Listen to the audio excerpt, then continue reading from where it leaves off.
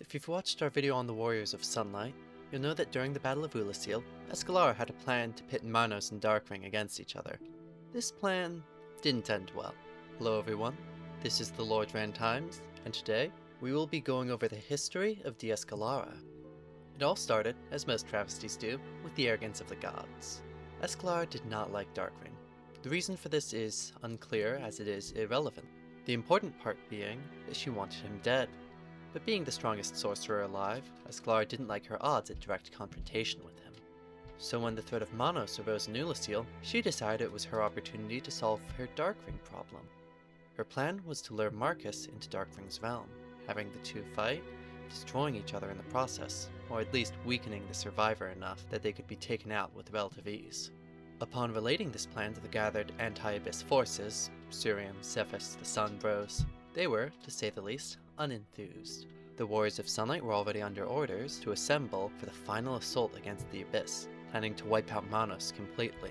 Escelara said to cancel this order, and when asked under whose authority, she declared herself the daughter of the Nameless King. While the reception was mixed, Cephas, at very least, was convinced, and went with her to persuade General August. While General August proved difficult to persuade, he eventually seemed to relent, instating measures to stall the Abyss for the time, rather than attempting to finish it off entirely, giving them time to settle on an actual course of action. Side note, this is actually around when Ophilus made his first appearance, a dragon hunter from a far-off land that would join Escelara as a Phoenix Knight. It's also when we first learn that the Phoenix Knights branched off from the Warriors of Sunlight. Escelara formally allied with the Warriors of Sunlight before heading back to Ulasil, where she, ironically, saved Mythic from Sirian and Grimmert.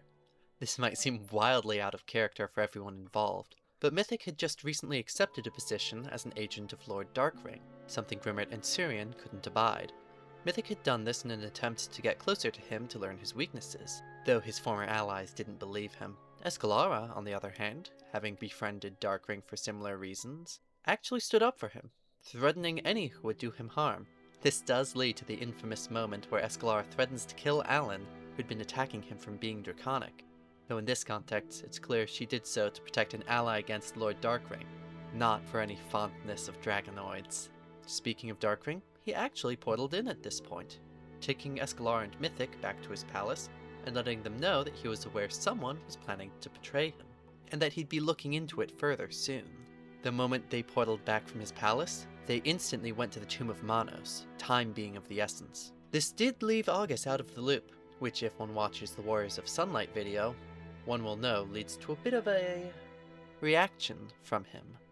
The group, now made up of Mythic, Ophilus, and Alan, make their way into the Chasm of the Abyss, where they confront Manos, asking that he slay Lord Darkwing, and while he at first refuses, their foe promise to give him all of Lordran once his task is complete convinces him. Alan, however, didn't get the memo. He, for some inexplicable reason, thought that the group was completely serious when they offered Manos the world, and ran off to tell the Warriors of Sunlight that Escelara had betrayed them, and was currently freeing the Abyss.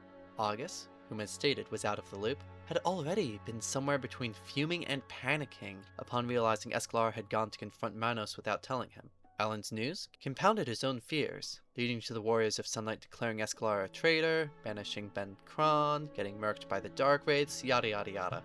Least to say, Alan really screwed the Fangbor on this one. Meanwhile, Escelara made a portal to Darkwing's palace, which most of the group went through. Manos going last, aside from Escelara, who Manos allows to stay behind to keep Darkwing from knowing about her involvement. When the group arrives, however, Manos is nowhere to be found. You see, Darkwing figured out what Escelara's plan was a while ago, and only told them he suspected a traitor to force them to act quickly.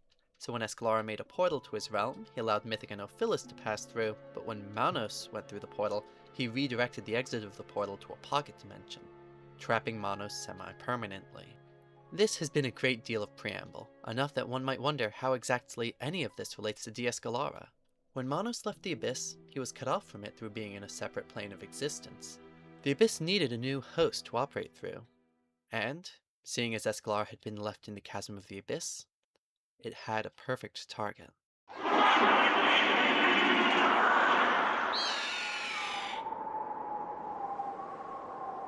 Every time I want to conquer the Abyss, something gets in between.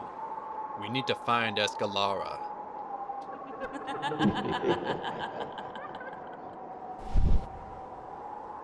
Looks like might have failed. An abyss field Escelara. This is gonna suck. An abyss field what? That's what I'm assuming the laughter's coming from. You let that thing get in contact with the abyss? What happened to our plan? Darkwing knew we were coming. The whole plan went to shit. This is what I live for. Let's go forth, warriors of sunlight. Warriors, you are surrounded. Your army's pitiful. Make peace with the abyss now. This is your first and final warning. But know that I attack quickly and without mercy. I invite a warrior's death. Prepare.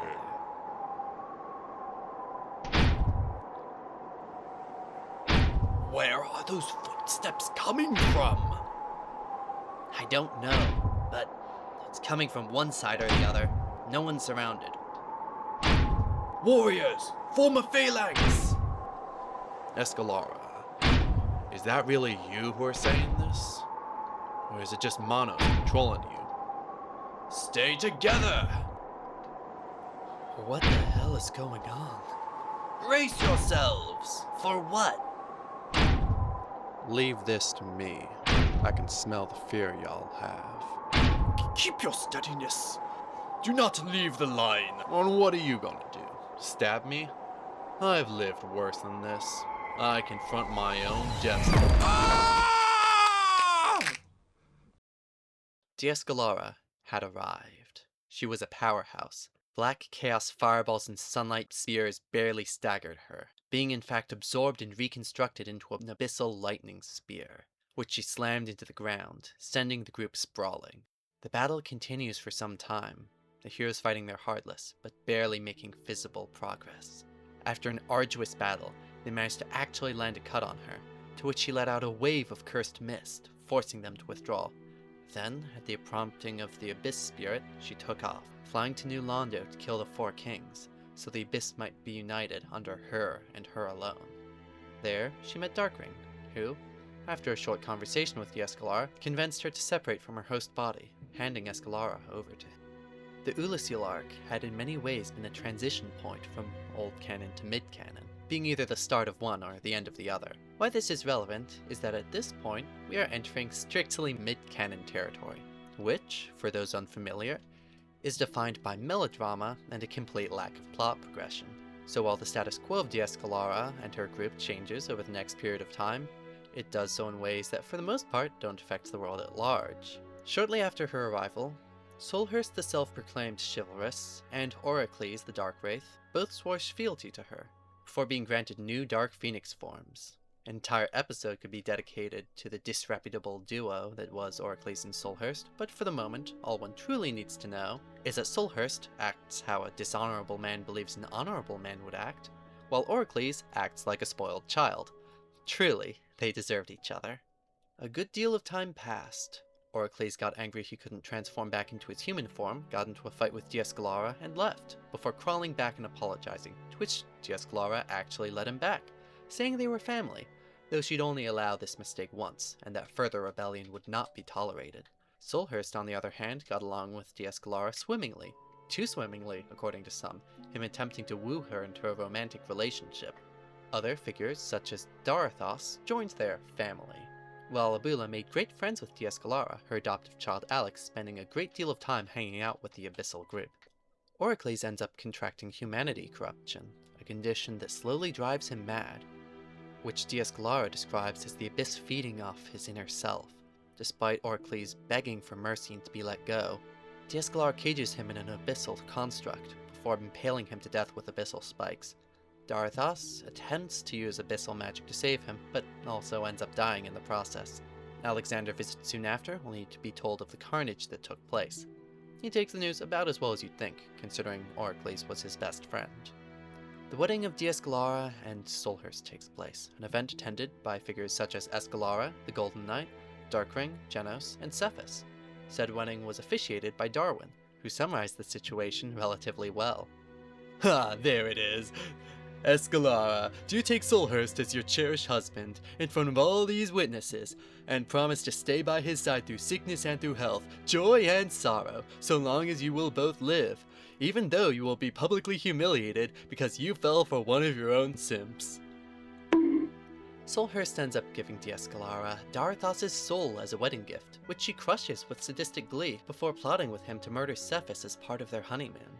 When they attempt to do so, however, Cephas is saved by Darkring of all people. A full-fledged battle erupts. Cephas, Darkring, and all his forces on one side, and Descelara and Solhurst on the other. Cephas ends up summoning Abula, who is absolutely infuriated by Solhurst's attempted assassination on Cephas, siding with him over her old friends. Descelara retreats at Solhurst's advising, but Solhurst is captured before he can follow. While he accepts death at Cephas' hands for his transgression, Cephas refuses to kill him, leaving him to be tortured by Marcus and Abula. Oh hey, looks like Abula had a canon reason to be torturing him. Not a good one, but still a reason. Descelara later showed up in Dungeons of Marcus to save him. Huh? No, there's no way that's right.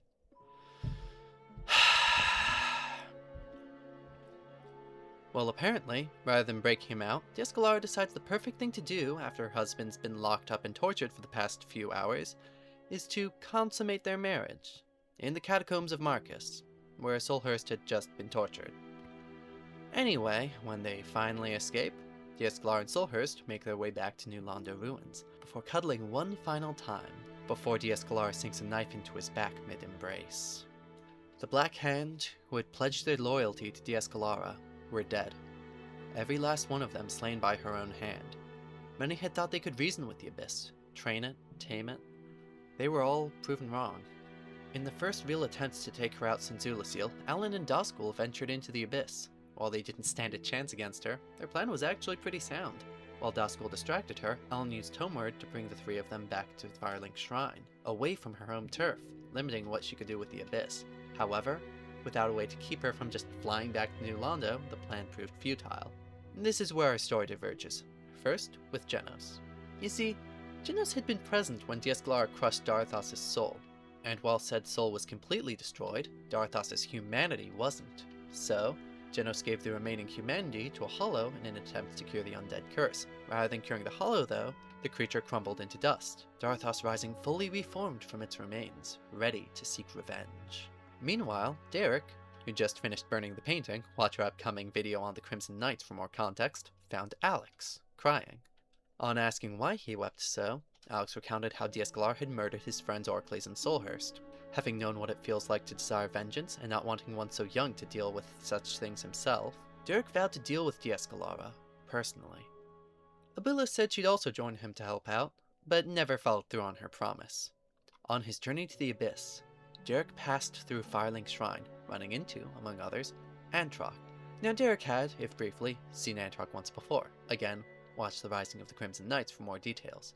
So he was hesitant to ally with him, even temporarily. However, lacking any better options, Derek accepted him into the party, journeying to New Londo. There, they met Darthos, who, having arrived in order to defeat Descelara as well, merged with their party, going with them to the Pit of the Abyss. Upon their entry, Descelara was actually pretty happy to see Darthos.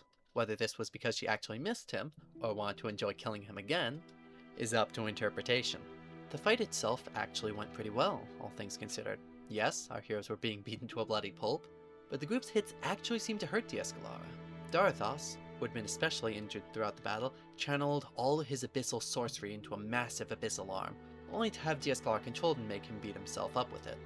Eventually, they settled into a combat rhythm, Darthos spearheading the offense while Derek used his Havel shield and silver pendant to protect him. While this strategy didn't work forever, it did work long enough to allow Derek to impale Descelara with his halberd before activating his silver pendant. Being stuck in place unable to be pushed back, and being near fully made of the abyss, the aura of the silver pendant rended Descelara asunder. The evil finally vanquished. Antroc went out to continue his journey to full Tarkenhood. Again, more info on that in the Crimson Knight episode. Derek took Descelara's halberd, a weapon he'd later use on Escelara herself, and journeyed back to Orlando to give Alex the good news. And Darthos? He took Descelara's soul, and rather than keeping it for himself, he brought it back to Genos as a thank you gift for resurrecting him. Genos would give the soul to Darkring, to which it would remain for some time. This is likely where it would have stayed, a memento for time past. However, there's one key detail that kept it from fading into history. Descelara had killed and absorbed the 4 kings, meaning their Lord Soul fragment was still a part of Descelara's soul. As such, the Kiln of the Flame couldn't be opened without the use of her soul, a fact that escaped everyone involved at the time of its being handed over. But that's a story for another time. I hope you all had a fun time and learned something. Please subscribe if you liked it, comment or like, or whatever you feel like leaving. And with that out of the way, have a good day!